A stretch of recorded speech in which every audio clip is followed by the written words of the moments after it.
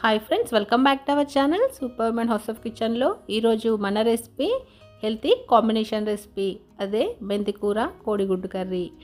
ఈ రెసిపీ చాలా simple and టేస్టీగా ఉంటుంది. మెంతికూర తినని వాళ్ళు కూడా చక్కగా ఇలా చేసుకుంటే ఈజీగా తింటారు. మరి ఇలాంటి సింపుల్ అండ్ టేస్టీ రెసిపీని తయారు చేసుకోవాలంటే లేట్ చేయకుండా కిచెన్లోకి వెళ్ళిపోదాము. ముందుగా మనం ఒక కట్ట మెంతికూరను తీసుకొని దాన్ని 2 లేదా 3 సార్లు వాటర్లో నీట్గా క్లీన్ చేసుకోవాలి. అప్పుడే ఇసుక దుమ్ము ఏదన్నా ఉంటే పోతుంది. ఇది ఆల్రెడీ నీట్గా వాటర్లో క్లీన్ చేసుకున్నదే కాబట్టి మనం డైరెక్ట్గా రెసిపీలోకి వెళ్ళిపోవచ్చు. ఇప్పుడు రెసిపీ కోసం ముందుగా మనం స్టవ్ ఆన్ చేసుకొని ప్యాన్ పెట్టుకోవాలి. ప్యాన్ హీట్ అయిన తర్వాత 2 టేబుల్ స్పూన్ల వరకు ఆయిల్ వేసుకోవాలి. ఆయిల్ హీట్ అయిన తర్వాత 2 యాలకులు, 2 లవంగాలు, చిన్న చెక్క వేసుకోవాలి. అలాగే 1 కప్పు పెద్ద ఉల్లిపాయ ముక్కలు కూడా వేసుకొని లో ఫ్లేమ్లో ఫ్రై చేసుకోవాలి. ఆనియన్స్ కూడా ఫ్రై చేసుకున్న తర్వాత 3 పండు టమాటాలు తీసుకొని ఇలా ముక్కలుగా కట్ చేసుకొని వేసుకోవాలి. తర్వాత 1 పచ్చిమిర్చిని కూడా వేసుకొని లో ఫ్లేమ్లో ఒక 50% వరకు మనం ఇలా ఫ్రై చేసుకోవాల్సి ఉంటుంది. మనకి ఎక్కువగా కుక్ చేసుకోవాల్సిన అవసరం లేదు, ఒక 50% కుక్ చేసుకుంటే సరిపోతుంది. ఇలా ఫ్రై చేసుకున్న తర్వాత మనం ముందుగా నీట్గా వాటర్లో క్లీన్ చేసి పెట్టుకున్న ఈ మెంతికూరను కూడా వేసుకొని మూత పెట్టుకొని ఒక 5 మినిట్స్ మనం లో ఫ్లేమ్లో ఫ్రై చేసుకోవాలి. 5 మినిట్స్ తర్వాత ఒక్కసారి మూత తీసి చూద్దాము. చక్కగా మనకి దగ్గర పడిపోయింది కదా. ఇలా ఫ్రై అయితే సరిపోతుంది, మరి డీప్ ఫ్రై చేసుకోవాల్సిన అవసరం లేదు.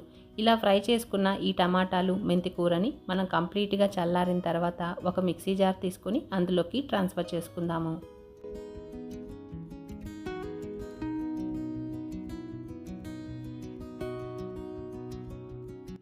కొంచెం కూడా వాటర్ వేసుకోకుండా ఇక్కడ ఈ వీడియోలో మీకు చూపిస్తున్న విధంగా ఇలా మెత్తగా పేస్ట్లా తయారు చేసుకోవాల్సి ఉంటుంది. ఇప్పుడు మనం దీన్ని పక్కన పెట్టుకొని మళ్ళీ స్టవ్ ఆన్ చేసుకొని సేమ్ అదే ప్యాన్ పెట్టుకుందాము.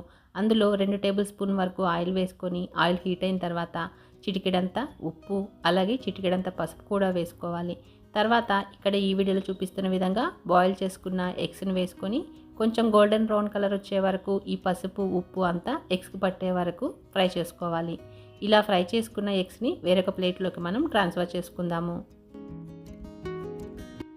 మనకి మిగిలి ఉన్న ఆయిల్లోనే ఒక 1/2 టేబుల్ స్పూన్ వరకు ఆవాలు, అలాగే కొద్దిగా జీలకర్ర, 1/2 టేబుల్ స్పూన్ వరకు అల్లం వెల్లుల్లి పేస్ట్ వేసుకొని పచ్చివాసన అంతా పోయే వరకు ఫ్రై చేసుకోవాలి. మనకి ఎగ్స్ ఫ్రై చేసుకున్న తర్వాత ఆయిల్ సరిపోకపోతే కావాలంటే 2 టేబుల్ స్పూన్ వరకు యాడ్ చేసుకోవచ్చు. తర్వాత కొద్దిగా కరివేపాకు, కొన్ని ఆనియన్స్ వేసుకొని పచ్చివాసన అంతా పోయే వరకు చక్కగా లో ఫ్లేమ్లో ఫ్రై చేసుకోవాలి.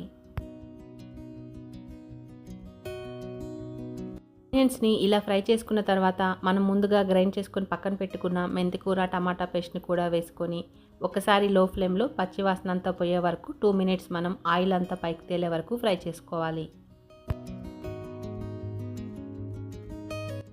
కర్రీ ఉడికే వరకు ఇంకా మనకి దగ్గర పడుతుంది కాబట్టి చాలా కొద్దిగా వాటర్ని యాడ్ చేసుకొని ఒకసారి మొత్తం కలిసే వరకు మనం ఫ్రై చేసుకుందాము.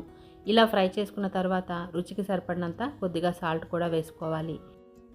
ఆల్రెడీ మనం పచ్చిమిర్చి ఒకటి వేసుకున్నాం కాబట్టి కొద్దిగా కారం తక్కువ వేసుకుంటే సరిపోతుంది. అలాగే 1 టేబుల్ స్పూన్ వరకు ధనియాల పొడి కూడా వేసుకొని లో ఫ్లేమ్లో ఇదంతా మనకి ఆయిల్ కొంచెం పైకి తేలే వరకు ఫ్రై చేసుకోవాలి.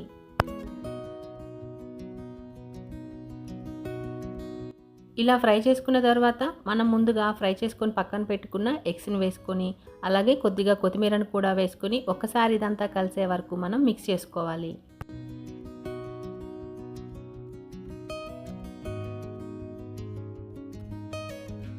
ఇలా మనం మిక్స్ చేసుకున్న తర్వాత 5 మినిట్స్ మనం మూత పెట్టుకొని లో ఫ్లేమ్లో కుక్ చేసుకుంటే చక్కగా మనకి కర్రీ రెడీ అయిపోతుంది.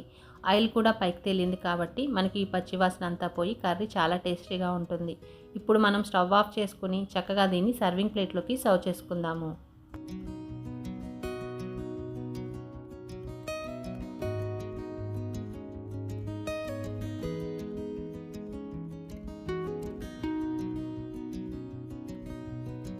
ఇలా మెంతికూర ఎగ్ తోటి ఒకసారి కాంబినేషన్ కర్రీ ట్రై చేయండి, చాలా టేస్టీగా ఉంటుంది. ఇది చపాతీ, రోటీ, అలాగే వైట్ రైస్లో కూడా చాలా బాగుంటుంది. మెంతికూర తినని వాళ్ళు ఒక్కసారి ఇలా ట్రై చేయండి, చాలా బాగుంటుంది. అస్సలు చేదుగా కూడా ఉండదు. ఇలాంటి మంచి టేస్టీ రెసిపీస్ కోసం మన ఛానల్ని లైక్ చేయండి, షేర్ చేయండి, సబ్స్క్రైబ్ చేయండి.